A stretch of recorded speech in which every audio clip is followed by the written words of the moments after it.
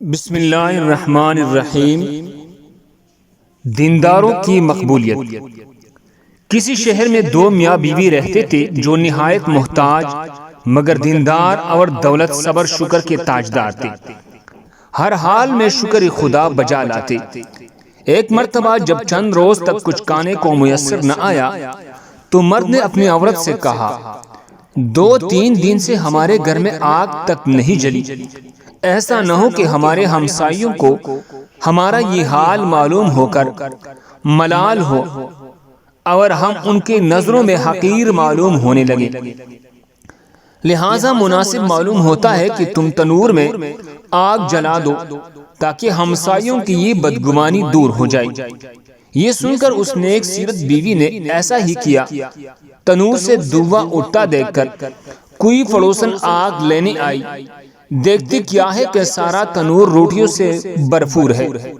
یہ دیکھ کر اس نے اس نیک سیرت بیوی سے کہا کہ تنور میں روٹی لگا کر ایسے بے خبر ہو گئی کہ پھر خبر بھی نہ لی۔ یہ سن کر گھر والی عورت نے جا کر دیکھا تو واقعتاً قدرت خدا کا عجیب تماشا نظر آیا اور تنور کو روٹیوں سے لبریز پایا، جن کو نکال کر اس نے شوہر کے سامنے لا رکھا اور وہ خود حیرت میں ہو گئی کہ یہ کیا ماجرا ہے۔ یہ دیکھ کر اس کے شوہر نے بتایا کہ اس میں حیرت اور تعجب کی کیا بات ہے، وہ قادر مطلق تو اس سے بھی زیادہ ہزاروں قدرتیں رکھتا ہے۔ پھر سب گھر والوں نے خوب شکمسیر ہو کر روٹیاں کھائی اور خدا کا شکر ادا کیا۔ اب عورت نے قرینے سے پہچانا کہ میرا شوہر صاحب کرامت ہے اور یہ سب کچھ اس کی قوت ایمانی کا ظہور ہے۔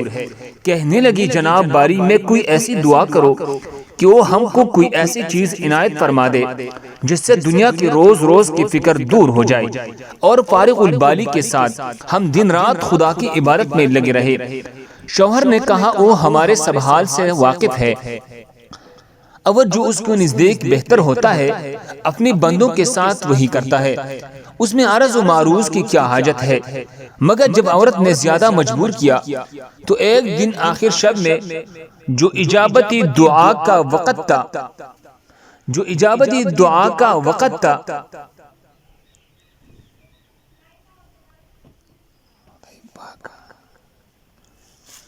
دعا کی، اے میرے مولا تو ہمارے حال سے اچھی طرح واقف ہے، تیرے سامنے کسی بات کی عرض کرنے کی حاجت نہیں، مگر تیری لونڈی نے مجھے مجبور کر دیا، اگر تو چاہے تو اس کی امید پوری کر دے اور اس غلام کو اس کی کشاکشی سے نجات دے۔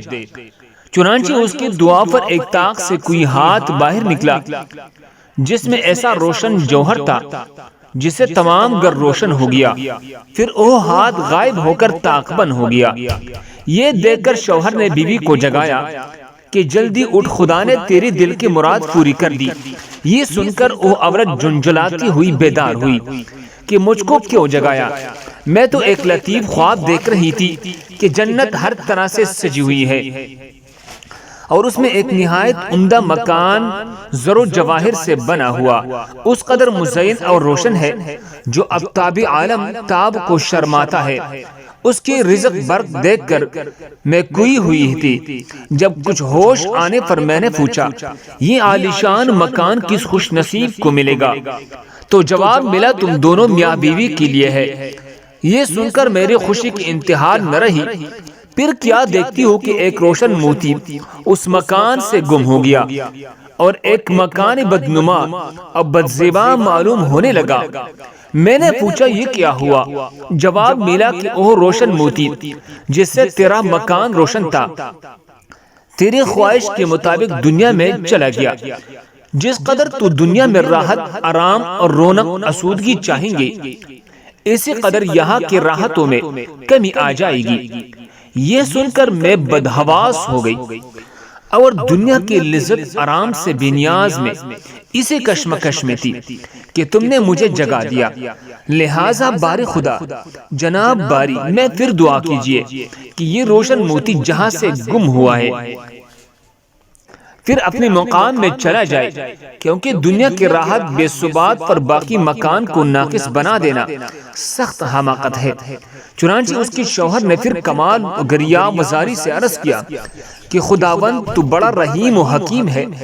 تو اس نے اپنی لونڈی کو جنت کی لذتوں کا مزہ چکھایا، دنیاوی لذتوں سے چھڑا دیا، اس طرح ایک مخالف کو موافق بنا دیا۔ میں تیرے اس عنایت کا کس زبان و دل سے شکر ادا کر سکتا ہوں؟ تو اچانک اس طاق سے پھر ایک ہاتھ ظاہر ہوا، اس روشن گوہر کو لے جا کر اس کے مقام پر پہنچا دیا۔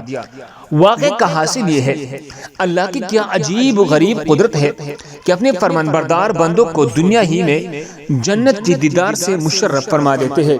اللہ تعالی ہم سب کو اس واقعے سے سبق حاصل کر کے آخرت کی تیاری کرنے کی توفیق عطا فرمائے، آمین یا رب العالمین۔ دوسری مسلمانوں کے فائدے کے لیے آگے ضرور شیئر کریں۔ مزید خوبصورت واقعات کے لیے ہمارے چینل کو سبسکرائب کریں۔ جزاکم اللہ خیر۔